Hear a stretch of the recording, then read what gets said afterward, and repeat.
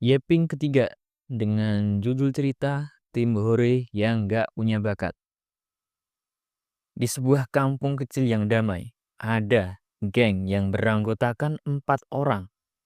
Pertama, Raka, si pemimpin yang selalu optimis meskipun idenya selalu gagal. Kedua, Gani, si teknisi amatir yang merasa kalau setiap benda elektronik itu bisa diperbaiki dengan selotip.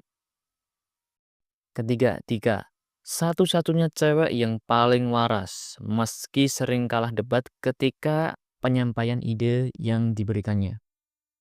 Dan yang terakhir, Ucup, cowok yang dengan bakat luar biasa.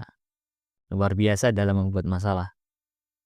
Mereka adalah tim Hore, nama yang mereka buat sendiri setelah menang lomba tarik tambang setahun lalu yang sebenarnya mereka menangkan karena tim lawan kakinya kram. Suatu hari, Raka punya ide brilian untuk bikin usaha kecil-kecilan. Gimana kalau kita bikin usaha jasa perbaikan elektronik? Kita bisa kaya loh. Serunya penuh dengan semangat. Gani langsung setuju. Ya, meskipun satu-satunya pengalaman dia dengan elektronik adalah memperbaiki kipas angin yang pada akhirnya malah terbakar. Ini ide emas, kata Gani sambil mengangkat solder seperti gladiator memegang pedang. Tika mencoba protes. Woi, kalian sadar kan? Kemarin aja kalian gak bisa nyalain lampu senter. Tapi ya, seperti biasa, pendapatnya langsung diabaikan. Hari pertama buka usaha, pelanggan pertama mereka yang datang adalah Pak RT. Pak RT meminta radionya yang lama diperbaiki. Gani langsung sok paham. Tenang Pak RT. Radio ini cuma butuh sedikit sentuhan ahli.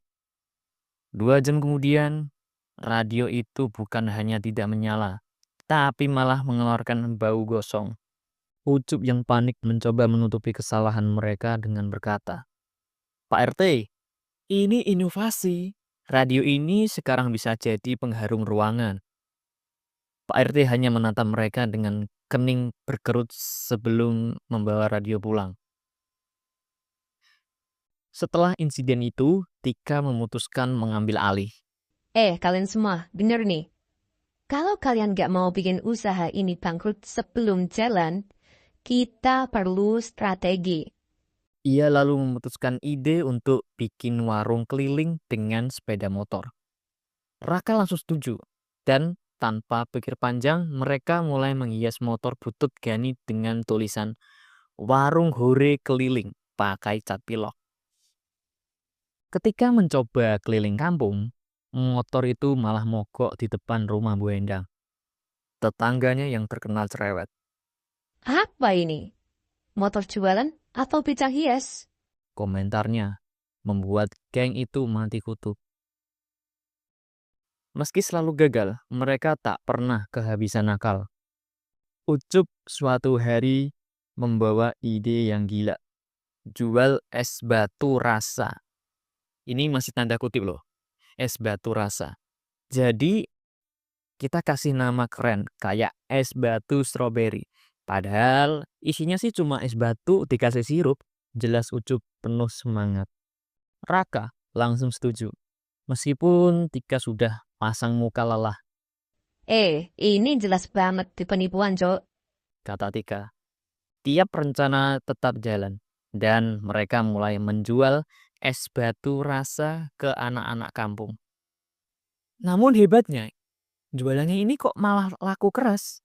Sampai akhirnya orang tua anak-anak itu protes karena gigi anak-anak mereka kedinginan. Puncak kekacauan terjadi saat mereka mencoba membuat jasa antar makanan. Raka yang memimpin, Gani yang menjadi pengantar, Dika sebagai operator telepon, dan Ucup ya sebagai komentator aja. Suatu hari, Gani salah antar pengiriman pesanan. Bukannya mengantar nasi goreng ke rumah Bu Sri, dia malah mengantar sepiring sambal. Tapi kan ini juga makanan, Bu, kata Gani dengan polos. Bu Sri yang lapar hanya bisa mengeluh. Nah, kalau sambar aja, saya makan pakai apa? pakai piring. Di akhir hari, mereka berkumpul di pos ronda untuk merencanakan ide yang baru, sambil tertawa mengingat kegagalan mereka. Kita memang gak berbakat. Kata Tika sambil tersenyum lelah. Tapi kita punya satu kelebihan, cuy. Tambah Raka.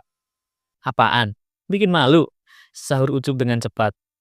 Semua tertawa, meskipun dalam hati mereka tahu, penuh kekacauan, mereka adalah tim terbaik yang pernah ada. Karena nggak peduli seberapa sering mereka gagal, mereka selalu gagal bersama.